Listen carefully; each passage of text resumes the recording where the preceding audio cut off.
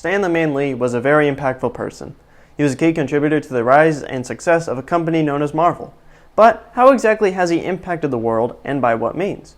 In this video, we'll go over some of the many ways in which this man revolutionized the comic industry, changed the big screen, and influenced modern culture. Stanley Martin Lieber was born on December 28, 1922, in New York City. He grew up there during the Great Depression and would work multiple jobs while in school in order to receive enough money for him and his family to sustain themselves. He graduated high school at the age of 16 and got a job at Timely Comics in 1940. Lieber's life changed as he worked for Timely. This kind of job opportunity was new because he went from an applicant looking for numerous jobs to a full-time employee earning a whopping $8 a week. While he would soon become a writer and editor for Timely and change his name to Stan Lee, Lieber started off as an office boy, refilling ink pots and occasionally fetching sandwiches for the head writer and artist of the comic book division. As editor and writer for Timely Comics, Lee took the leap to make comics a more literary medium because comics were seen as entertainment for children, not much else. Lee sought to make this change by adding complex vocabulary and longer dialogues. Examples of this can be seen in The Black Knight #1 with the words portcullis, bastion, and crenel, all of which are parts of castle architecture and were appropriate for the story because it takes place during the times of King Arthur. It was because of Lee that Timely Comics became the first to use college-level vocabulary in magazines. Amongst the most impactful things Stan Lee had accomplished in his career was his ability to create new and interesting characters. He wrote characters that were more realistic and down-to-earth by giving them tensions amongst each other and by having them not be dictated by usual tropes and stereotypes. Another way in which Lee impacted the world was by creating characters based on other stories, as seen by the Hulk being a combination of Dr. Jekyll and Mr. Hyde mashed with Frankenstein's monster. He even made the villains great and memorable by giving them empathetic qualities. This made the previously binary characteristics of good and evil to be ends of a scale because both the villains and the heroes had shady and redeemable sides to them. While keeping the characters more realistic, Stan Lee also kept them grounded in real-world events. For example, many of the comic villains Lee would write in World War II were Nazis, and during the Cold War were mostly communists.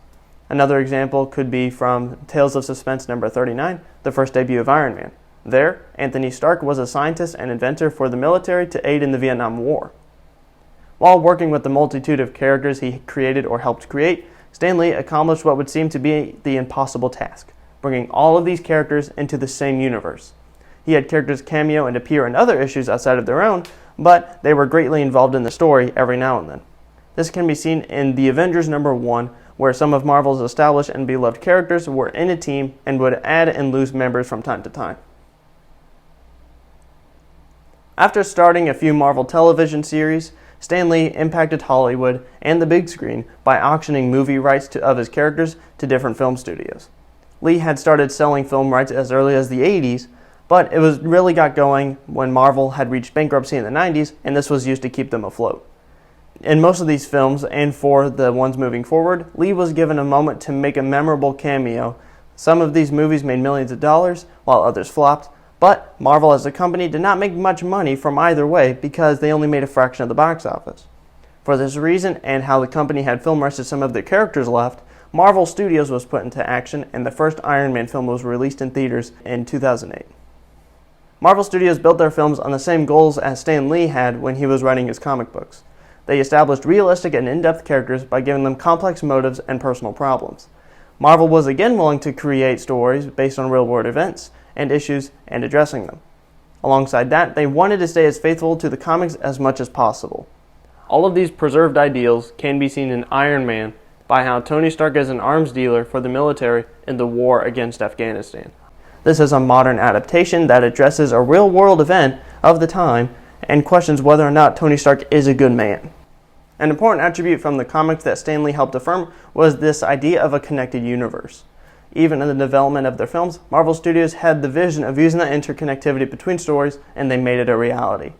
That was a key reason for their success in the creation of the franchise that they had made. An easy example to show this was the success of Avengers Endgame, the most profitable movie of all time, but it was also the final one to host a cameo from Stan Lee.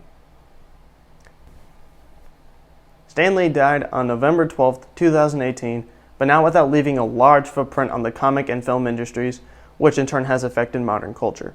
He created great household names to remember and managed to get them all in the same room. I would like to end this video by asking this one question. How has Stan Lee impacted your life, and in what ways?